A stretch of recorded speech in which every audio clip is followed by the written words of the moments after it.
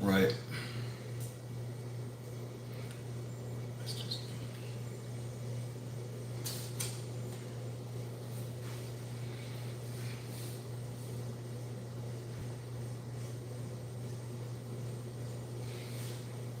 Right. So here's my thing here. I'm sitting here laughing at the amount of people that are sitting there saying that I was listening to the Glenn, what was that, John McWhorter and Glenn Lowry, and they were saying something to Glenn Lowry says something to the effect of that Trump is an existential threat. He's a threat. He's a threat that he didn't think that he was wrong, and he's a threat to democracy. And the only thing I'll say is this to these people that are saying this threat to democracy. I don't think there ever should have been any kind of protest, whatever. I'll say this: those are the same people. Are you not looking at the fact that when it comes to eliminating the filibuster, when it comes to importing a bunch of foreign people to or legalizing a bunch of foreign people so that you can get a voting block and things like that? Is that not considered the same amount of? Is that not also considered the threat to your democracy when it comes to talking about making DC a state, when it talks about making Puerto Rico or whatever DC and DC a state? Is that not a threat to the democracy? So the people, so please spare me when it comes to these people talking about, well, Trump is a threat to democracy. Spare me for that, because the thing is that the threat to democracy are the people that are saying that they're going to expand the Supreme Court. They're going to do all these different things, trying to have forever power. So that's not a good thing.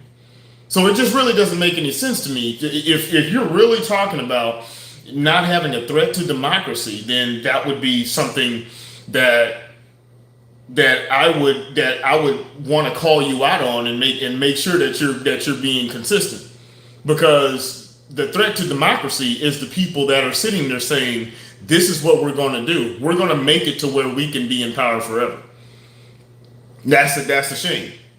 Now the here we go. Let me see. The other thing here is when it comes to the Keystone Pipeline. Let me go ahead and pull this up here. I'm sitting here laughing, right? This is let me expand this out. I'm sitting here laughing about this because you got the so I can. Okay, so the United Association of Union Plumbers and Pipe Fitters endorses vote Joe Biden for president. Vice President Joe Biden for president. The United Association of Union Plumbers and Pipe Fitters today announced that the UA Political Engagement Committee has concluded its endorsement process of this, with the decision to endorse former Vice President Joe Biden. See, I actually don't like that. As far as unions goes in a sense anyway. I really don't like that, because it's like, how are you just going to speak for all the members? That the union is going to actually officially just say, hey, we're going to go ahead and support this candidate. It's like, well, wait a minute, you shouldn't be speaking up. I know it's like a union thing. I know we're supposed to say, but the thing is that would only make sense if if nobody else could vote any other way. The fact that people can vote any whatever way they want just doesn't make sense that you would actually have a union saying that this is who we're going to support. Now, that was on August 17, 2020. That was right before the election. Not too, a little bit ways before, but it was still, before the election, not too far before it. And then all of a sudden now, Joe Biden has done the Keystone Pipeline executive order, which he's done 17 executive orders right off the bat. That's a problem. But Keystone XL decision. Now, this is the same union that put out there January 18, 2021. The United Association of Union Plumbers and Pipe Fitters issued the following statement today following the news of the Biden-Harris administration plans to rescind the permit and effectively in construction of the Keystone XL pipeline. Okay, so now they're upset about it. The thing is that Joe Biden said this is what he's going to do. So how, It's truly amazing to me that you have these people that have no idea what the candidate that they were voting for, what his or her stance are on anything. Now I'm sitting here laughing because there's a lot of people, of course, is highbrow left wing Twitter that says that these are just temporary jobs. I sit back and this is how you know. That's why I call this the American worker. This is how you know that these people are out of touch with the American worker, the average American worker. The thing is that being that I've worked in big construction groups before, the minute we get to town working on a project, when we go do a job briefing right at the beginning, there's a bunch of local hotels, motel owners that come out to the site and say, "Hey, does anyone need a room?" They know we're there temporarily, but they don't care. It stimulates the local economy. Next thing you know, for the next 2 or 3 months, maybe 6 months, they are there doing the pipeline, maybe even a year. Who knows? This local economy is going to see surging hotel stays. It's going to see surging food and dining, gas stations. There's going to be more and more people going in and out of the gas station. The thing is that just makes no sense that these people sit back and say, these people know that it's temporary, but they don't care. They don't. The people that are running their small businesses, they don't care that it's temporary. They're happy to get the money in. And who knows, however many, there's been different cities, little small cities in Texas that I've been there 1 or 2, 3 times, working on different projects out there. So to sit back and say, well, those are temp jobs anyway, who cares? That's freaking stupid. And these are people that are going to be regretting their vote.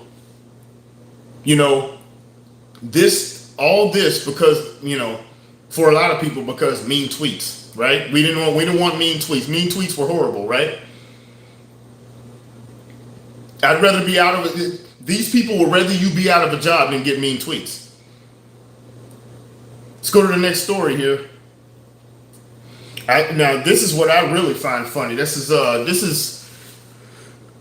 2000. Okay, so this was February 17, 2016. Bernie Sanders' American dream is in Denmark. You remember Bernie Sanders really? They're like the Nordic countries. You remember? He used to always talk Nordic countries. And then all of a sudden now, January 2022. January 22nd, 2021. Denmark's PM is setting a target to drive down the asylum seeker application to 0 to protect social cohesion. I know a couple people that are from these different, they're Sweden, Denmark, that talk about the amount of refugees and the amount of people that they get that are economic migrants that are going to these countries, sitting up on their social systems, and then basically stressing out their locals or their social systems because these people want to sit back and do nothing. They're doing the same thing in Canada.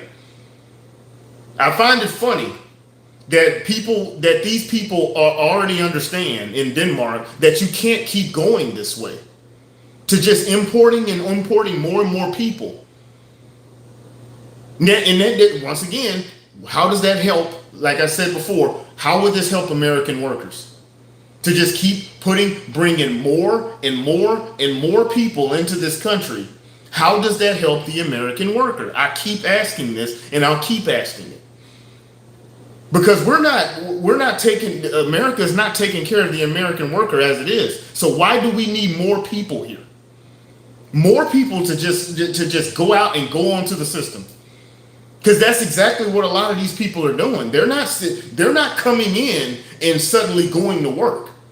Some of them are coming in, stealing the job, undercutting an American for a job, and then still have a wife or something like that, or a girlfriend or whatever with that drops a baby, and next thing you know, they're getting assistance. So we can't keep going like this, bringing in more and more and more people. That's just not going to work. So one more thing I wanted to. So I'm gonna keep it short because it's a Saturday. There's one more thing I wanted to do here. This was actually on Bill Maher. This guy was on Bill Maher here, and I'm gonna see if I can. Five. Sure. That's Let me go 80% ahead of and the bring deaths. him back. There have been towards equity, racial equity, and a focus disproportionately on outcomes is something that is rather new, but seems to have taken the country by storm. It's almost the only thing people can talk about. Equity meaning as opposed to equality. Equity as opposed to equality. Can you? I can give you a practical example of that. Yes. COVID, we were just talking about a moment ago. We know that the most vulnerable population when it comes to COVID are older people. That if I took people over the age of 55, Sure. that's 80% of the deaths. There have been actual conversations about prioritizing people on the basis of their race because I have no idea why you would ever prioritize people on the basis of race. Like he's saying before, like he's saying here, that equity makes no sense in this situation. And this makes no sense in any situation, but it definitely makes no sense here. To divide people up by race and how they're actually going to get help it makes no sense. It makes no sense at all. When they say black and brown people are disproportionately dying of COVID, and right off the bat, it's like I've said this before, intellectually lazy to sit back and just say, well, it must be because they're black or brown.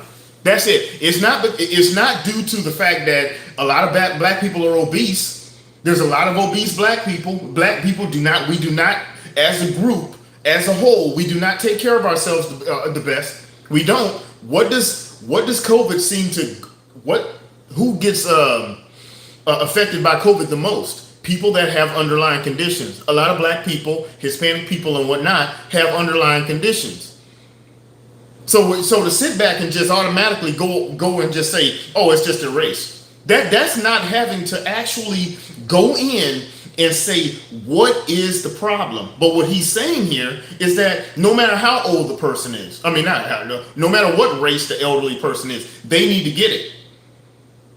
A 50 or 60-year-old elderly white person should get the vaccine over me, a black person in his early 40s. I should get that. I should get that and understand that, and say, hey, look, this is the truth. Let's go a little more. COVID is said to disproportionately impact black people relative to white people. It is a ridiculous proposition, but it's a proposition that's found its way into the mouths of governors here in California, the pages of the New York Times. We're actively talking about this kind of ridiculous because Listen. I want you guys to sit back and I want you guys to listen to this white liberal start getting upset. And you can actually see it. I was sitting here laughing and I was like, God, this white liberal is so upset, and he starts to get mad. The problem with white liberals is that they think, and I'm just going to go ahead and say, a lot of these people have God complexes. They think they're here to save you as a minority because they think they're better than you. They think they're better than you. They think they know what's best for you. I had this happen one time in Chicago when I was at when they was a bunch of people were. It's on my channel. A bunch of people were protesting because of kids in cages, and they're walking up and down the streets. And I'm just walking and I'm just asking people different questions, and I'm pushing back a little bit here and there. And I sit back and I'm in my peripheral, I'm sitting there laughing inside that there's white people that are sitting there and they're listening in to me. What is he asking them? What is he asking these people? And they looked at me with such disdain because how dare I question what they think that my policies, or they think that the policies that they feel as if are best for me, that I'm not following said policies. How dare I do that? And watch the smugness in this fool to the left on the left side of the screen. Watch the smugness to him. Actually know when we look at the global impact of COVID in the United States. Again, 80% of the people who are dying are older. Around 18% of the people who are dying are black. A life lost to COVID is a life that matters. And we can focus on the people who are vulnerable without making this about race. Making it about race only obscures the actual issue. If and you is less likely separate, to help- if you help. separate race from economic insecurity, sure, right? Like Hispanics are hospitalized at 3-4 times the rate of white people for a variety of reasons. For a variety of They're complicated essential reasons, workers. right. They're riding the bus from Boyle Like Heights. here, For a variety of reasons. And see, he says, and the black guy says, a variety of complicated reasons. It's not so simple to just sit back and just right off the bat say, it's because someone is, boom, whatever race. It's not that simple. You can't just sit back and just, just go with the whole thing of just saying, right, they're black and brown. That's why. It's so easy and it's so freaking lazy. It's so lazy. And all that does is just sit back and gin up more hate. Maybe if we just had the conversation to say, hey, look, black people, y'all are in really bad shape. Let's figure out a way that we can get y'all eating right.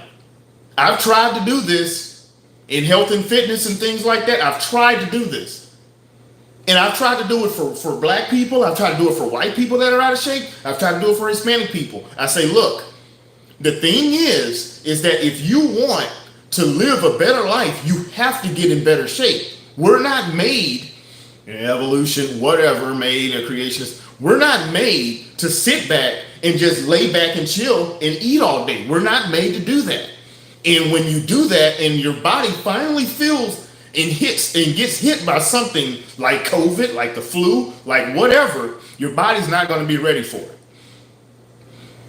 That right there is a whole lot harder and a whole lot more nuanced than just sitting back saying, well, it's because they're black. That's why. That's the only reason. Someone's holding everything back because they're black.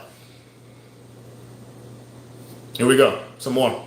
It's not much left, but once again, look at the smugness of the liberal on the left side. This is the white liberal that Malcolm X talked about and that I talk about and a lot of other people. Oh no, what did I do? Let me go back.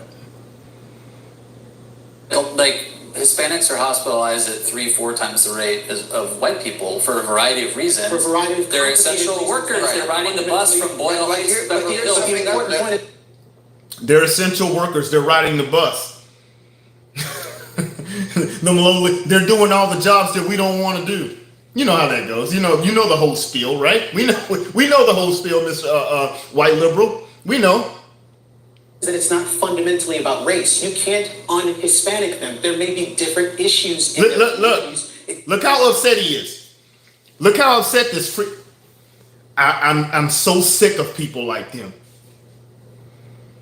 I'm so sick of honestly, I'm sick of white liberals like him, but I'm also sick of dumb black people that will believe the crap that this idiot will say.